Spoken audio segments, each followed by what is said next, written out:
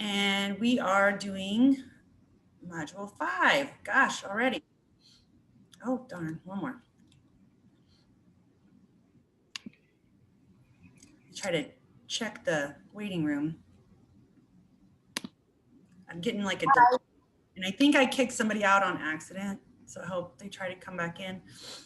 That was not on purpose. It was just I was clicking. Oh, good. I think they're back. Okay. So yeah, if I kicked you out on accident, I apologize. That was not on purpose. So module 5. So SLP212, module 5, we are talking about, I was forgetting, let me share my screen. Okay, receptive language. Just a few things I just want to really reiterate. It is really hard when we're talking at language as a general rule. We're really looking at, it's really hard to isolate receptive and expressive. There's things that focus more on receptive understanding versus expressive, and then there's goals that focus more on expressive, vice versa. But really, usually those goals, they work on both skills. So usually what we're doing, we usually start a lot of times with receptive language. Oh, here, you know what? I want to start with at a glance. And you know what?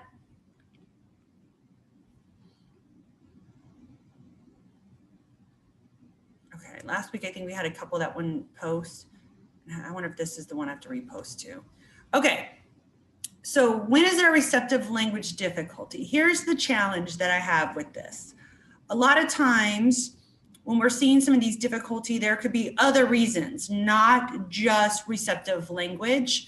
So that's why it's important to have an evaluator do an assessment. And I'm kind of biased in that I appreciate school-based assessments versus clinic-based, because usually you have access to other people. So for instance, if I myself as a speech language pathologist have lots of concerns about receptive language, my other main concern should be cognitive skills. So a lot of times they can have poor receptive language kind of secondary to some cognitive difficulties. So language is closely tied to our cognition. So definitely it's a component, it's not everything. But if we're seeing lots of difficulties with receptive language, then I am usually referring to other professionals, mainly the psychologists. And then usually I always refer to occupational and physical therapy too, and really looking at that full kind of basis. But so just looking at some of the signs. So seems consistently uninterested when people are speaking. So there could be a variety of reasons for that, not just receptive language. Okay, has difficulty following directions. So there are also a variety. So kind of the key piece, and that's where that's what we look at when we're doing diagnostics. Do they understand it, just don't know where to start, don't know how to initiate? Or do they not understand it, so they need some extra support in understanding what the direction is? Or have they not even attended to the direction at all? So a lot of times what we see, especially if we're getting referrals for language later, I know I did a clinic-based one not too long ago, and the parents had all these receptive language concerns, but the child was 8 or 9. And looking at the history, so sometimes that comes across our plate when it's maybe foster to a foster situation or foster to adopt situation, that kind of thing. But I was like, okay, this child's been with their biological parents and they're just now having difficulties. So usually, that kind of lended itself to looking at some other avenues. Typically speaking, when we have language difficulties and we're looking from the developmental standpoint, those were apparent very, very young. Now, obviously you can have language difficulties later after some, what I call neurological event, a stroke, a seizure, those kinds of things definitely can kind of come into play where we want to assess language. And that does happen a lot after sometimes these seizure disorders come on at later adolescence. And then people start noticing differences with their language or understanding, that kind of thing. So definitely we can have a variety of reasons for receptive language issues. So hold on, let me move this up. So consistently misunderstands what is asked, said, or written. And usually what we do is definitely make sure we do a rule out, i.e. can they hear you? So that's kind of the succession of here's what the challenges are. What are we seeing? So what do we see at home? What might we see at school? And, you know, what's the main issues? And definitely looking at some of these things. So for instance, I work with my high schoolers and we're working on transition skills. And a lot of that is similar to what we do in what I would call adult cognitive rehab. So they had this event and we're trying to work on sequencing steps. Can we trust them to be home by themselves? Can they keep their things in line for safety? Do they turn off the oven? Do they lock the door? And definitely a lot of times we kind of assess, okay, if they're given the prompts, can they do it? Are they able to remember to check, or do they need the prompt to check? Or if we give them words or we give them verbal prompts, they have difficulty understanding it. So definitely we, as your supervisor would do, would go down and kind of troubleshoot where are the difficulties happening. Then if we come up with receptive language, hold on. It's kind of what are the next steps? How do we support this person to improve their receptive language skills or to support the development or compensatory skills for receptive language? So you would definitely be familiar with kind of the signs. When should we be concerned? And basically in a nutshell, looking at receptive languages, they're having difficulties understanding what is said to them. And often we don't know the cause of the receptive language disorder, but there's obviously definite components, other things that come to play. You know, they have some kind of genetic condition. They have cognitive impairment of some kind. They've had some type of neurological incident that is definitely impacting their ability to learn new things. They have other disorders. So we see language disorders as part of that component. Some of the main ones being autism. Another one that we often see language impairment with are what I would call the big ones. So a syndrome of some time. Sometimes when we're looking at syndromes, there's not always a language component. So for instance, let's take a common syndrome people are familiar with, Down syndrome. Almost every time they have some degree of language impairment, and a lot of times that's receptive as well as expressive. But let's take another syndrome. Sometimes fetal alcohol. So fetal alcohol syndrome may or may not have a language component. So a lot of times we see those comorbid issues with syndromes, but not always, and it's not always a one-to-one correspondence with that. So symptoms, so be familiar with the symptoms. So if we're looking at a person and you're given cues as to what they are struggling with, you should kind of start to get an idea. Okay, this might be receptive language. Common that we see too, oh, they understand everything, but they're not able to tell us.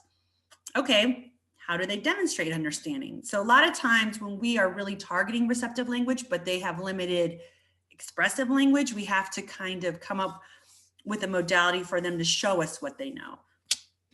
So other cause of receptive language disorder, like I said, genetic, limited exposure to hearing. So sometimes there's that hearing involvement that impact their development with regards to language.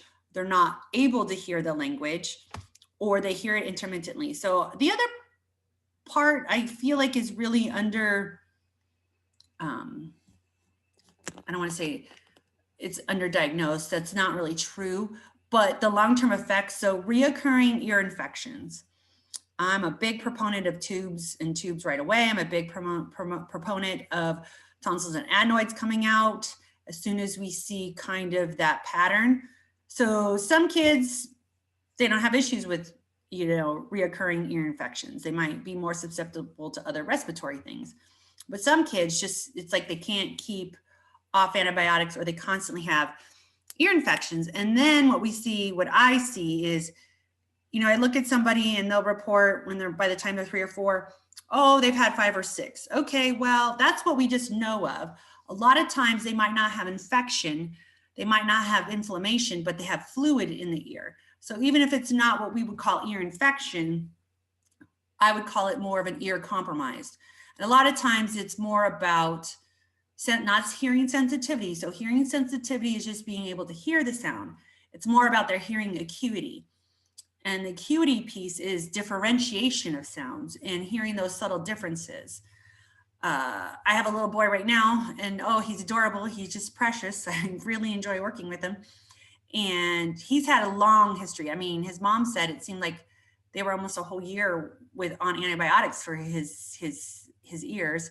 He finally was able to get tubes. I think the next thing down the line is getting his tonsils and adenoids out, but he cannot hear the subtle differences between his vowel sounds. And the second grade teacher was just telling me today, in fact, she's like, I think he needs a speech goal. He cannot differentiate between, like ah and eh, or I and I. So he does all of his vowels, like long vowels, which is just a difference, a little we call it idiosyncratic. It's not a common error. And my SLPA, she was asking me, she's like, okay, well, gosh, I learned a lot about sound discrimination. Would we do that for vowels too? I said, well, it's not our go-to, but we definitely would do that. And, what's he struggling with now? Reading. Imagine that. And his mom, and I give her a lot of credit because she's, some pediatricians are dead against getting tubes and things like that. I like that because what it does is it relieves also, even if they don't have an infection, it clears the fluid out. So, and then you don't have that pressure on the eardrum or that long-term scarring that kind of impacts the impedance. So how that air comes through. So definitely some huge factors that I think are well underreported and underrepresented as far as difficulties with language. And I definitely think usually what we see is some kind of hearing involvement if they have no other, what I would say, precursor diagnosis. So definitely we see hearing can definitely impact, and even that intermittent or that temporary hearing impairment, which I call reoccurring ear infections. And so limited exposure to hearing language in their day-to-day environment, as well as just general development and cognitive abilities. So definitely speaking, sometimes we don't know the origin. And then there's other things, for instance, other developmental disorders like autism, Down syndrome. We often see language difficulties with people with Fragile X syndrome, with, can't think of another one. Oh gosh, there's Prader-Willi, there's Williams. I don't know, I can't think of another one, but a lot of those are, comorbid. And the other component too, when we're looking at the development of children who are medically fragile, who maybe been what we would call, I don't want to say isolated, but definitely sheltered, just don't necessarily have exposure or have been able to explore and go out and kind of be able to take in their environment to learn more of those things. So sometimes I would call it more sometimes an environmental component, which is usually, we see that a lot with our medically fragile group. And so treatment, what do we know? Preschool, number one thing to help that. Developmental preschool, I highly recommend it for everybody, whether you have a disability or not.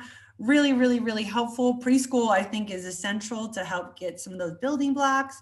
I also think kids really flow with language when they have an opportunity to be with peers. And then I do find often communication really improves because they're with a person who's not their immediate caregiver. So if they're at a preschool program, they have to communicate to adults and get their feelings, thoughts, and ideas across to others who don't know them in the capacity that typically their family and their regular caregivers do. And then so looking at receptive language. So oftentimes when we have the receptive language component, then there's usually an expressive language component also. So it's a rarity that we treat it in isolation.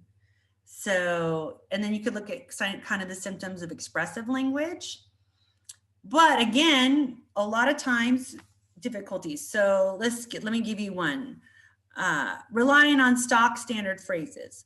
So if they say something repeatedly, it might be they don't have the vocabulary to change up their sentence. They might not have the words or know the words to use to express what they want. A lot of times we'll see that substitution. So if they know it's an animal, and then they use one word for all the animals. So definitely, I don't want to say 100% of the time, but if you have a receptive language disorder, you often also have that expressive language disorder, and you'll see that mixed receptive and expressive language disorder. Okay, hold on, let me navigate some pages here. So any questions about that? Because I will say when we work on goals, and my SLPA will ask me now, okay, so is this a receptive language goal or expressive language goal? And often it's both. It's what is it more of? Usually it's more expressive than receptive, or it's usually more receptive than expressive, but often it is both. Often they are mixed together. They're not completely isolated. And when we're looking at where do we just assess receptive language, often it's more about pointing, and it's more about identifying, and that's not necessarily language, that's more vocabulary knowledge, but it's these building blocks that they need. For instance, a lot of children, when we look at developing, are great with nouns, but they don't have those verbs, they don't have those action words.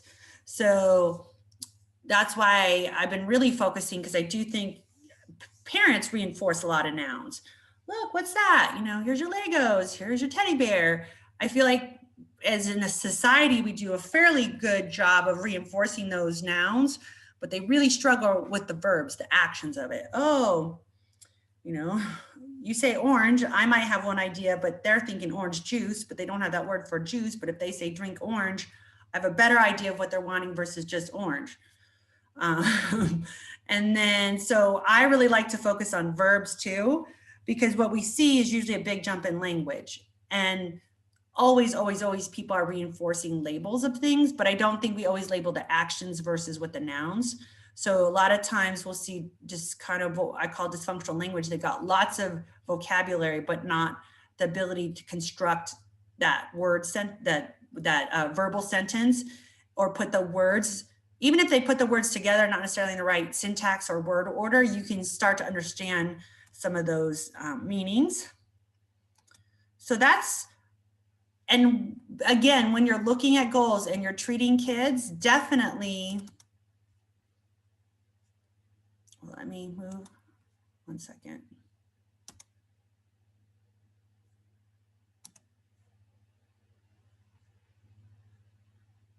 Can you guys see receptive language, Estrella Mountain? Yeah, okay. Yeah. So looking at developmental versus acquired language disorders, again, you can acquire a language disorder, but developmental is usually they're present at birth or occur prior to the onset of normal language acquisition. So just review. What is normal language acquisition? 1 second. Hold on, 1 second.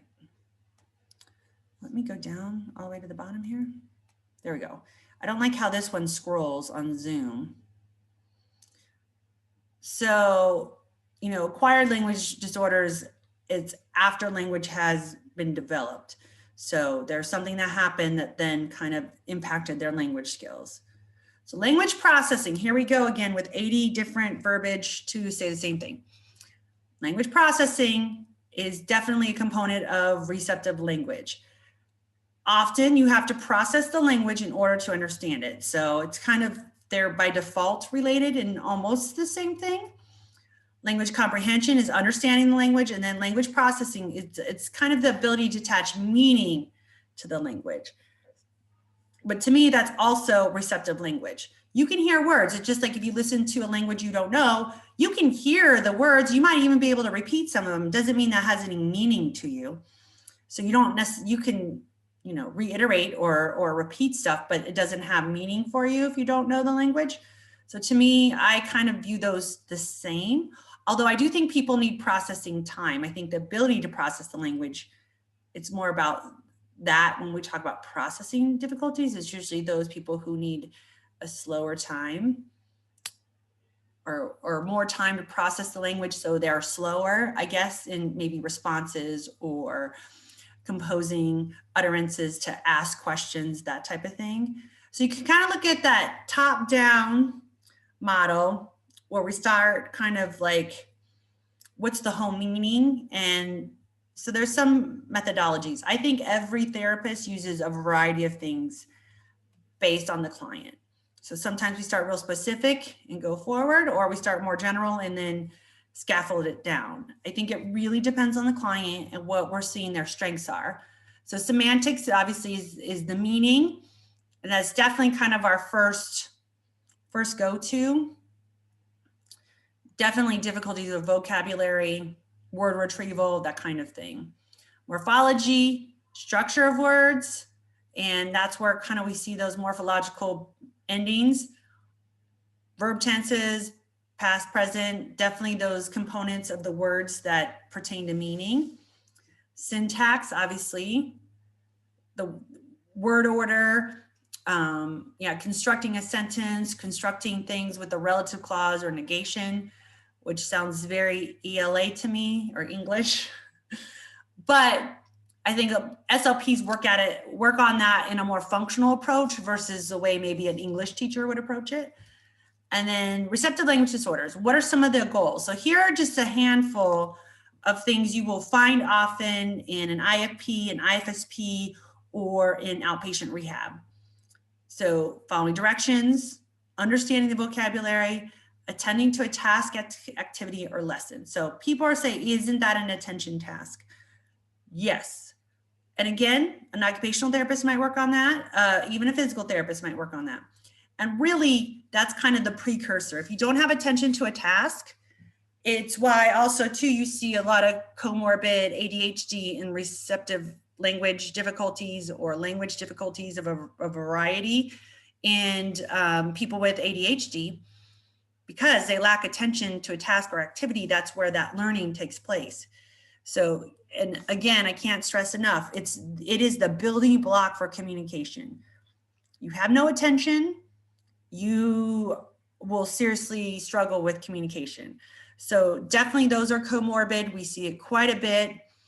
So the memory recall of information, understanding basic concepts, and then understanding the grammatical portion of language. So when we're looking at something's constructed, how do we know it's a difference between a question and just a statement? So kind of looking at, that's kind of a good, very general kind of outline of goals for receptive language, common receptive language goal targets, definitely looking at the categories. So categories, I do like that. And at some point we all return in, it's like, you know, they say you grow up, you turn into your mom or your dad. You definitely sometimes turn into that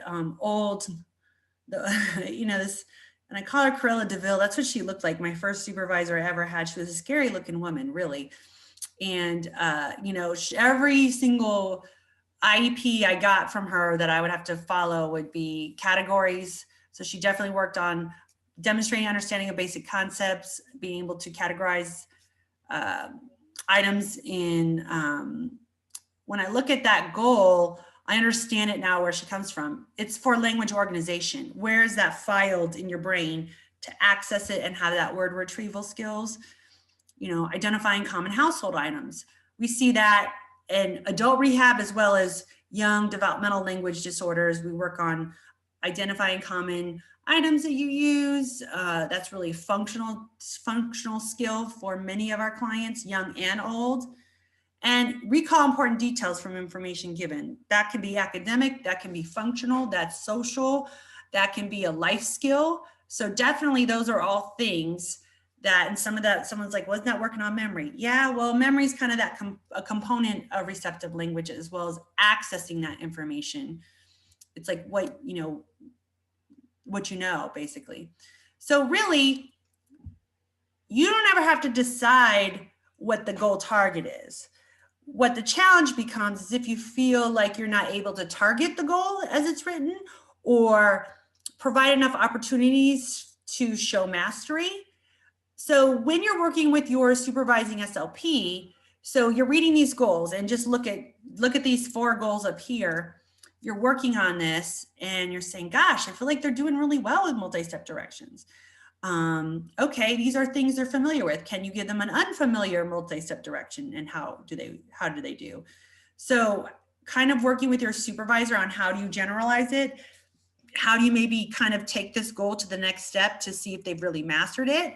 And that's where you work with your supervisor to figure out, okay, I've been doing this activity with them. How can I change it up? How can I work on this skill with them to be sure we've mastered, they've got it. So definitely that's what you guys do as SLPAs, is you're working on the goals, but having that communication with your supervisor to give you the right support. So this week, and we will be talking a lot more about language. There is a lot of vocab, so hold on.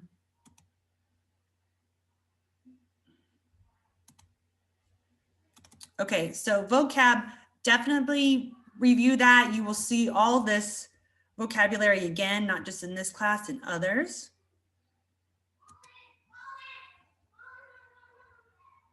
Hold on, we already went through that.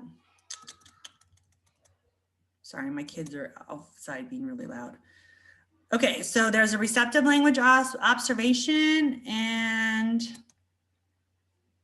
I think there's just a quiz. So I think it's just the observation this week, and the quiz is all that's due, and then a read and review, of course.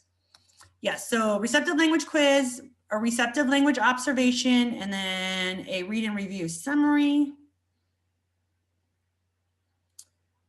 So definitely look at the challenges you might encounter when you target receptive language skills. So a lot of people will say, how do I know?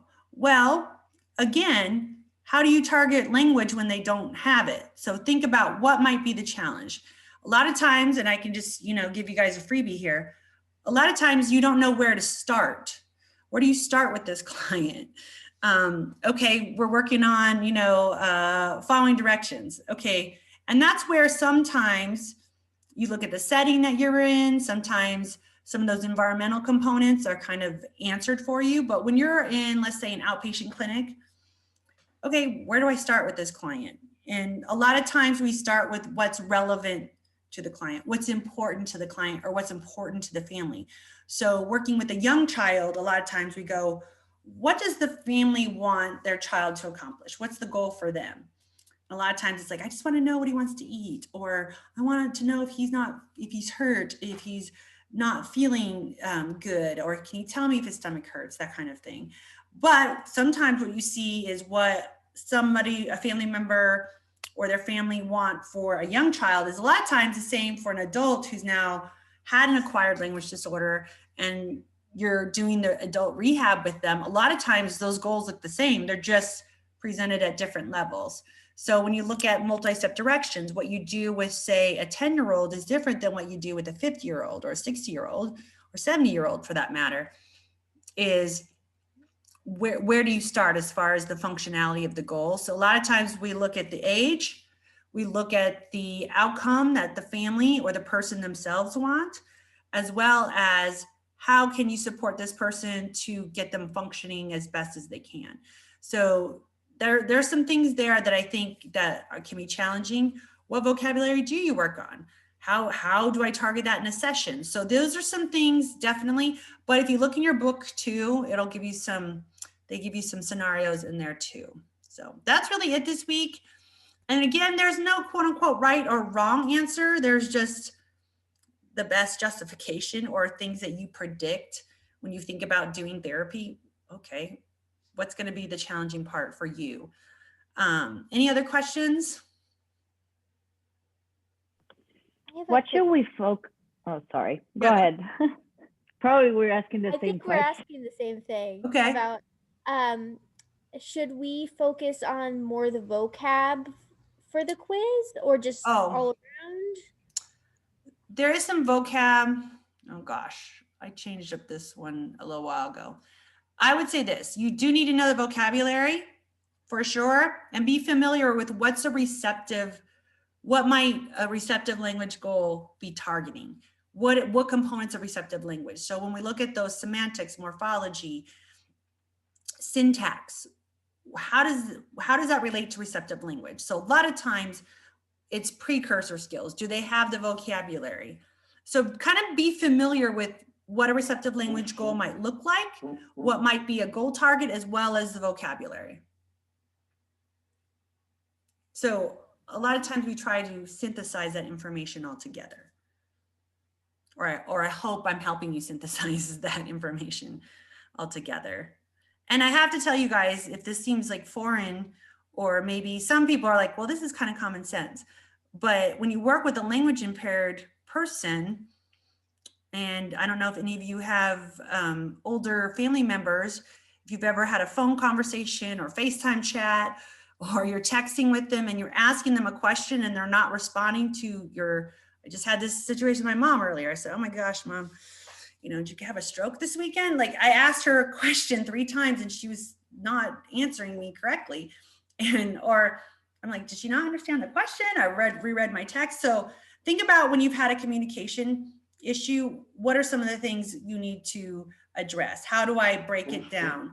So that's kind of what I tried to synthesize for you guys in these things, but definitely vocab is a number one target to kind of start with. And then also looking at, okay, what are we talking about? Receptive language. What do you think I want you to know about it? I think I want you to know what might, as an SLPA, you're going to be reading goals. I want you to be able to know that this is probably targeting more receptive language. It's not like you can totally isolate the two, really, but definitely where is this more of a majority of a receptive language target, or is this not really targeting receptive language? This is really targeting, expressive or the pragmatic component. But those semantic goals are definitely a part of receptive language. The syntax goals are also part of, they run both receptive and expressive, because if you don't understand what the morphological endings mean, you can't really necessarily compose a cohesive, grammatically correct sentence. And then looking at, okay, we've got semantics. Okay, so semantics to me, it's always, meaning. And a lot of times when I think semantics, I think same. Okay, what are the same ways to say things? So to me, I kind of go semantics, same, synonyms, and we look at all the ways in which we say something and how that we can say, we probably have 30 different ways to tell somebody that we're hungry. Okay, what does that look like? Understanding the semantics of it is helpful when we're doing language therapy. So yeah, kind of review those components of language, review the vocabulary, as well as kind of putting that information together in kind of your day-to-day job. Why are these important for you as a SLPA to understand these things? So that's kind of your thought process should be for all these things. When we go to expressive language, okay, look at the vocab, look at some of the goal targets. How would we target that in therapy? So, sorry, speaking of my mother, she's texting my phone, but that's about it. I hope that helps. I mean, it's not, I try to not just do vocab, or I try not to just do, scenario questions. I try to kind of do a variety of it. But if you do the read and review and you look at and have done the other 2 assignments, you should do fine. Or I'm sorry, if you do the read and review and then the receptive language observation, you should do fine on the quiz and review those vocab words. Okay. Thank you. All righty, guys. All right, thank you. Thank you. Have a good night. Bye.